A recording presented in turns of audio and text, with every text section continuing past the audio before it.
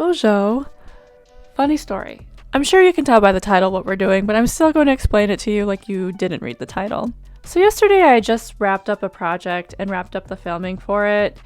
And literally, I mean like minutes later, I get a text. Now, some of you might know that I do take a commission or two here and there from people in my community.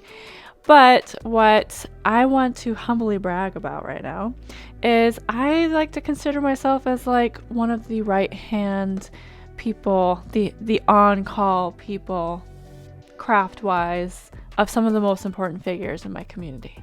So with that being said, I get a text from the tribal president of my tribe, and they have an emergency. They need something within 48 hours. At the moment, I don't know who it's for, but I'm going to assume that my community is receiving an important visitor, or they are going to be visiting somebody important and need something to present to them, to gift them. So they texted me and said, "Hey, can you finish a medallion in 48 hours?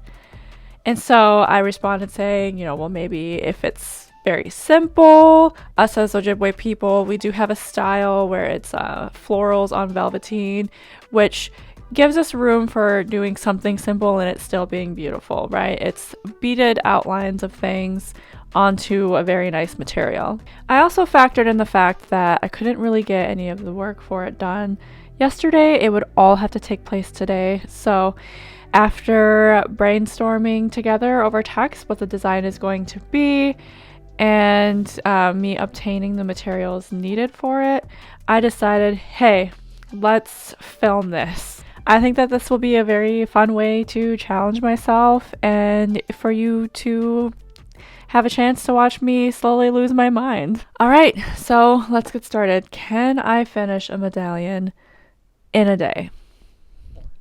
Wish me luck. So here is what they sent me for inspiration. If you don't know what stop line 5 is, I'll go ahead and put a couple links in the description box so that you can learn more about it. But what we're looking at here is an outline of North America, otherwise known to us as Turtle Island. Within Turtle Island, you can see a bunch of leaves and some flowers, and you can see the Great Lakes. And I don't think that this amount of detail is possible for me to do in just a day. I think that this would take me probably about 5 days to a week to do nicely. So then she asked, well, do you think that you would be able to fill it in with just green? And I said, I also don't think that that is possible for me within a day. So to come up with our alternatives, I thought, well, maybe if we can't fill in the Turtle Island with beads, whether it's all green or it's designs of florals, maybe we can fill it in with texture. So last night, I went and got the texture. I just went ahead and grabbed like a range of things because I didn't want to stand in the store any longer and make any decisions. So I have all of these because our thought is to use velvet and satin for the textures of this project. I just couldn't make up my mind whether I wanted the turtle to be velvet or satin, if I wanted the water to be velvet or satin, and then I also grabbed this really nice velveteen. It's not the right color, but I grabbed it just in case anyways. And when I sent the photos of the material that I got to the president, she opted for these ones. What am I going to do with these? I'm not sure. Maybe use them for applique or something because they really are just small cuts that I grabbed, but it's fine. That's for another day. We are going to work with this. The turtle is going to be this green satin, and then the water is going to be this blue velvet. I put this piece of paper on my laptop and just traced the design. I used my laptop to size it out. Then I traced it. Now I'm going to take this and trace it onto some heat bond. So here is where you're supposed to get like a musical interlude from me talking, but as I started to trace onto the heat bond, I quickly noticed that I needed to invert the tracing because the heat bond attaches to the underside of the fabric. So if I didn't invert it, then it would be backwards, and it would be kind of like reading your shirt in the mirror. I probably could have just let the video go on without telling you, but I wanted to let you know why there's a gigantic line going through the design on the heat bond. Alright, so the design is drawn out on the heat bond. Now I want to put it on the green. And my original plan, because you can't iron velvet, you'll crush the pile. This is already crushed velvet. So I took a little scrap piece and was ironing it. Found that I wasn't really seeing very much changes in the pile because it was already crushed. And then I also took a little strip of heat bond and practiced to see if it sticks. It does. I did this and then I pulled it apart so I can further inspect what the iron does to the velvet. I think it will be fine if I iron the heat bond to the velvet. I'm going to try it real quick, and if I don't like it, I have enough of this material to just trace another piece of heat bond. It sucks to waste anything, but you know, with trial and error, things can go right or they can go wrong, and you just try again.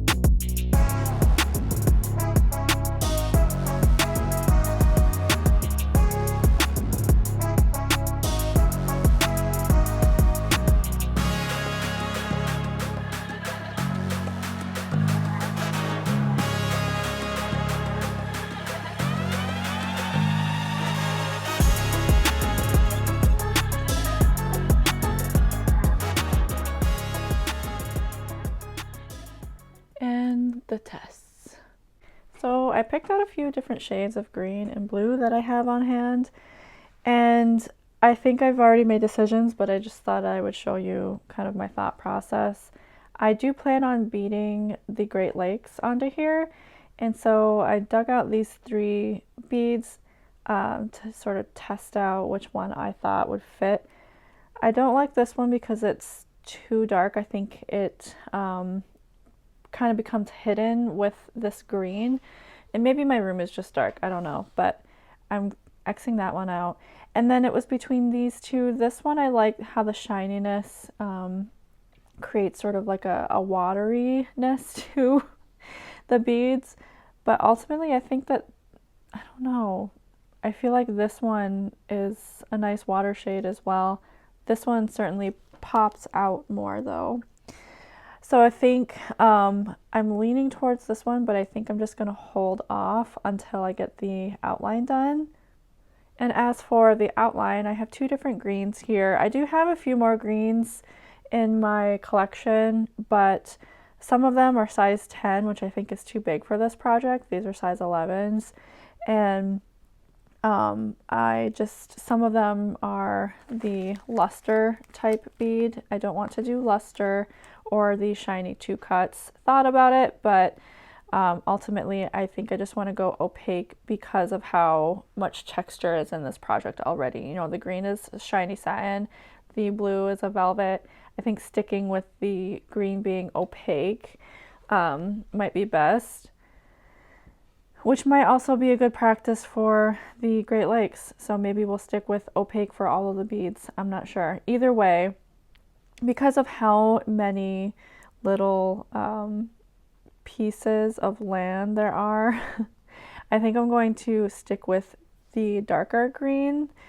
I thought about this one because it would really stand out from the color of the satin, but I don't like how when I would be beading these little pieces of land, I don't like how the width of the bead is like gonna swallow up the entire piece of land. So these ones are actually laying on this little piece of Mexico here.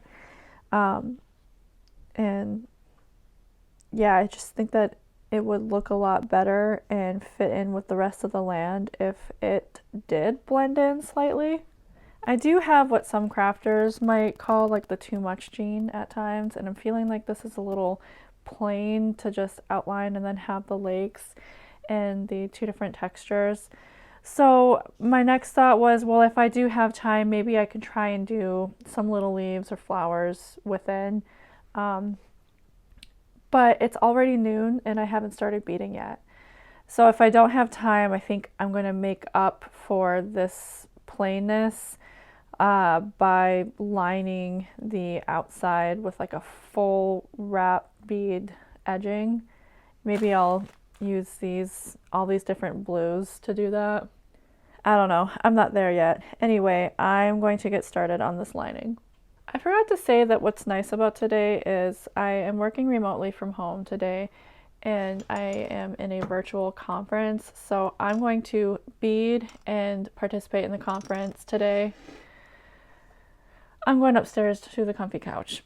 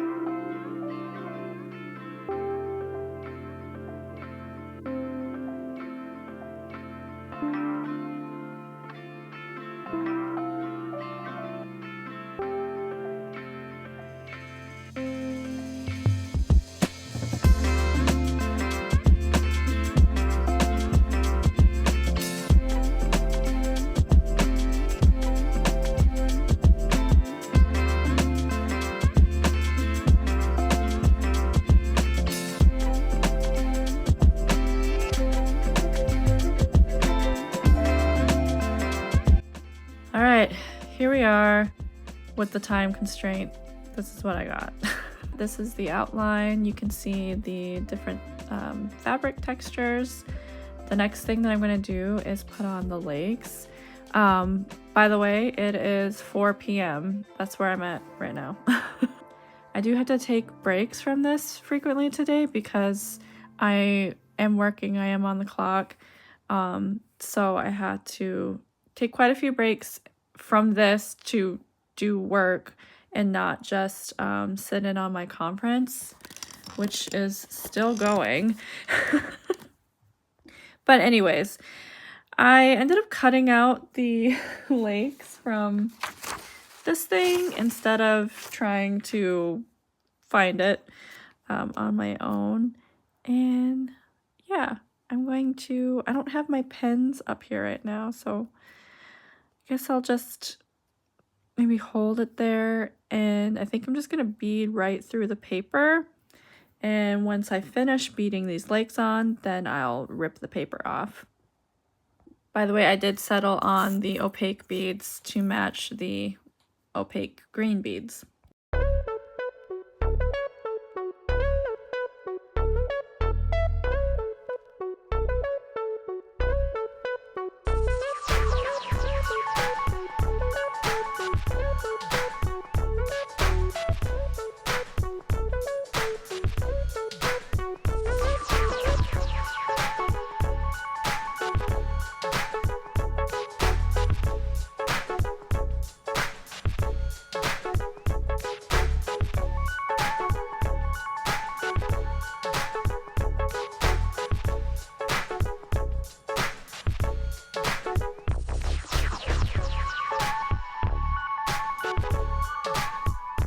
Okay, it is 4:55. It did not take me the entire hour to bead the legs on. I did have to pause and do some work, but this is the beadwork.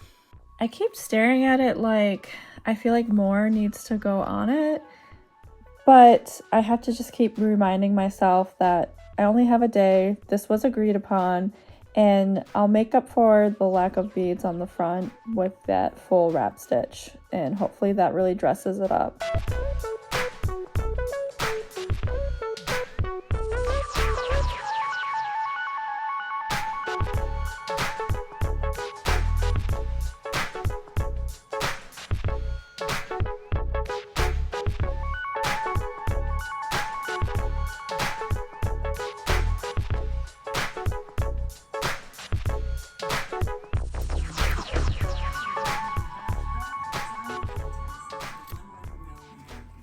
I had to take quite a large break to go run around in my car and make dinner and stuff. But I have the shape all cut out now. Next is I need to provide structure for the medallion. People will use different things. Some use plastic. I like to use cardboard. And I use cardboard that you typically find like grocery boxes, so like cereal boxes. This is actually a cat food box. And you're going to see the order of operations here, but what I'm going to do is I'm going to trace this onto the cardboard, cut that piece out, but cut it a little smaller. And then I will also trace it on a piece of leather. And I also will throw some spray glue on here on the back just to glue these stitches down. I like to really cement them. What I kind of forgot happens with velvet is the edges can fray pretty easily. So I think what I'm going to do is maybe cut off a little bit of the stabilizer just around the edge, just a wee little bit of it, you know, maybe that much. And I'll do that before I spray the glue on there so that the glue will kind of like stiffen or kind of fray block the edges of the velvet. And that's because the beads aren't going to be enough to edge this velvet. In some directions it'll be okay, but the grain of the velvet goes this way. So any beads that are right here or right here, the threads holding those beads on the edge are actually going to just rip right through the velvet. All right, enough of me yapping. Did I say it was 7:43? It's 7:43.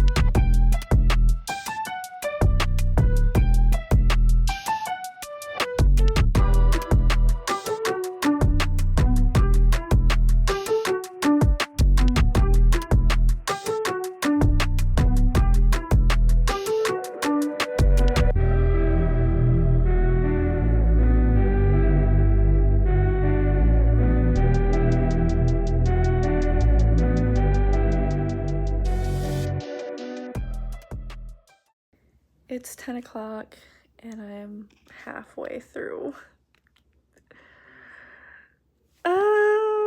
Thankfully I have my version of the Super Bowl, which would be Elden Ring randomizer races.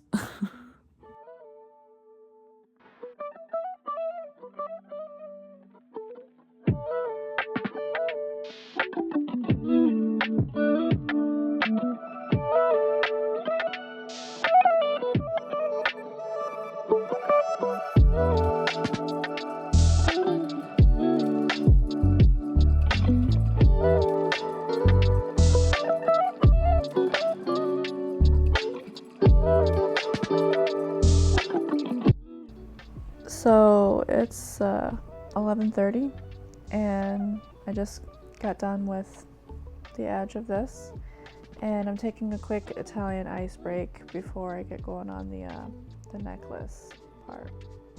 It's lemon, if you're wondering. All right, 1:45. So I have these bone beads here, and I think I'm gonna use 2 of them to begin the necklace. Am I saying that right? A bone bead here and 1 here, and that is what will connect the necklace to the medallion. I also have these packs of glass beads here. I've used these for medallion rope before. I think I'm going to use them again. I think that I'm feeling like the mixed blue will go great with the mixed blue that I did here. I like to mix and match things, or mix it up I guess more often than matching, and this is kind of matchy for my taste, but I think it'll look nice actually. So yeah, I'm going to pull a great big long piece of thread, hook it to the medallion, and start stringing beads. You guys, there's been a casualty. I was just trying to clear this space out, and my thing of beads was sitting there, and yeah, it fell, and it had a bunch of loose beads in there too.